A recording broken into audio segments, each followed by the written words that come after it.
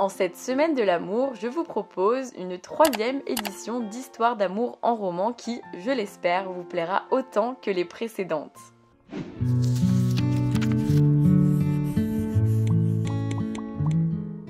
Cassiopée n'était plus revenue ici depuis des années. Elle retrouvait à présent tout ce qui lui avait tant manqué. Les couleurs orangées du soleil glacé de l'hiver, la fine pellicule blanche pour rappeler le froid ambiant, les maisons en meulière et leurs jardinets bien aménagés, aux plantes un peu nues de cette saison gelée. Elle retrouvait les nuits bleues, celles où le ciel était d'un bleu profond et où la neige semait des traînées de bleu pastel depuis le sol et dans le bleu du ciel. Et elle le retrouva, lui, cette nuit-là. Lui qui, des années auparavant, lui avait fait découvrir les prémices du grand amour, celui qui rend le cœur battant et qui fait palpiter le corps de 1001 sensations inconnues. Lui qui lui avait dit ses premiers mots d'amour, lui qui l'avait le premier trouvé belle, resplendissante, enivrante, étincelante, et ce sont ces mots-là qu'il employait alors et qui l'ont porté toutes ces années depuis. Ils se connaissaient depuis leur enfance, mais avaient mis du temps à s'avouer qu'ils étaient, à l'adolescence, un peu plus que des amis. L'un comme l'autre ressentaient de la jalousie envers leurs amis proches et ils comprirent alors qu'il était peut-être temps de s'avouer, à cet âge des possibles, qu'ils ne s'imaginaient plus vivre l'un sans l'autre et qu'ils souhaitaient alors, tant qu'ils sont vivants, unir leur cœur et leur corps pour ne faire plus qu'un. Ils avaient vécu leurs plus belles années, celles où l'on se dit que l'amour durera toujours, celles où l'on se sent bien juste parce que l'autre est près de nous, celles où l'on se glisse des mots tendres à l'oreille en chuchotant qui laissent sur nos peaux de légers frissons dans leur sillage. Cassiopée l'aimait, mais Cassiopée devait également songer à son avenir professionnel.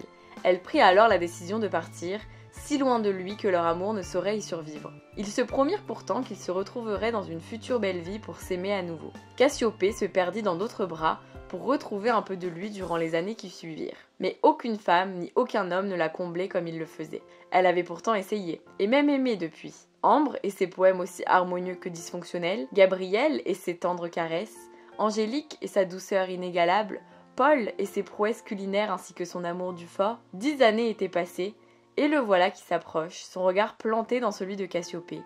Elle se sent comme en apnée. Va-t-il oser la prendre dans ses bras? Va-t-il poser ses lèvres sur les siennes? Ou juste l'embrasser sur la joue, comme le jour où ils s'étaient quittés? Avant que Cassiopée ne revienne ici, il faisait déjà partie de ceux qu'il lui fallait retrouver. Ils ne s'étaient jamais quittés numériquement, et suivaient l'un et l'autre l'évolution de chacun sur les réseaux sociaux. Cassiopée l'avait vu entamer une relation avec Flora, qui semblait, au fil des années, vouée à durer pour l'éternité. Cassiopée mentirait si elle disait que cela ne lui faisait rien. À chaque nouvelle photo, à chaque nouvelle vague d'amour sur les réseaux, une petite pointe se logeait dans son cœur et lui enserrait ce dernier durant quelques secondes. Elle ne savait pas précisément ce qu'elle ressentait, ça, non, mais cela ne la laissait pas indifférente non plus. Et elle tentait de fermer les yeux là-dessus. Peut-être comparait-elle ces histoires sans véritable lendemain avec cette romance qui semblait éternelle? Peut-être rêvait-elle d'être cette Flora sur les photos? Peut-être rêvait-elle que c'était sa main à elle qu'il tenait? Et peut-être rêvait-elle que ses déclarations d'amour publiques sur le vif lui étaient destinées. Puis vint le jour où il publia cette photo. Une photo qui la plongea dans une totale confusion. Une photo des maisons en meulière derrière lesquelles le soleil orangé se couche. Une photo avec une seule phrase, un signe pour Cassiopée. Je suis ton soleil. Une phrase qu'il s'était dite et répétée durant leurs jeunes années, pensant qu'elle resterait pour toujours.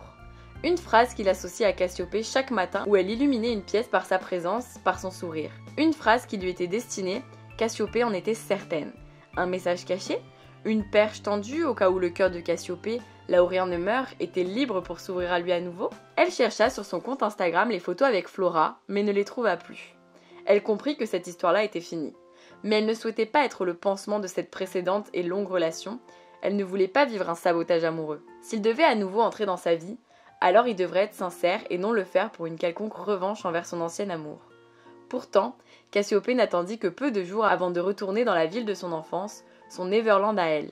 Et elle lui envoya un seul message par Instagram, « Je suis ton soleil, chaque soir à 11h ». C'est comme ça qu'elle le retrouva, dans la rue où le soleil se couche habituellement, en pleine nuit, à 11h, et qu'ils vécurent à nouveau tous leurs jours parfaits. Et son sourire illumina leur retrouvaille, comme si le soleil ne s'était plus levé en elle depuis leurs adieux, 10 ans auparavant. Il la prit dans ses bras, posa ses lèvres sur les siennes, et l'embrassa sur une joue, mais tout cela n'avait rien d'un adieu, et plutôt tout d'une éternité.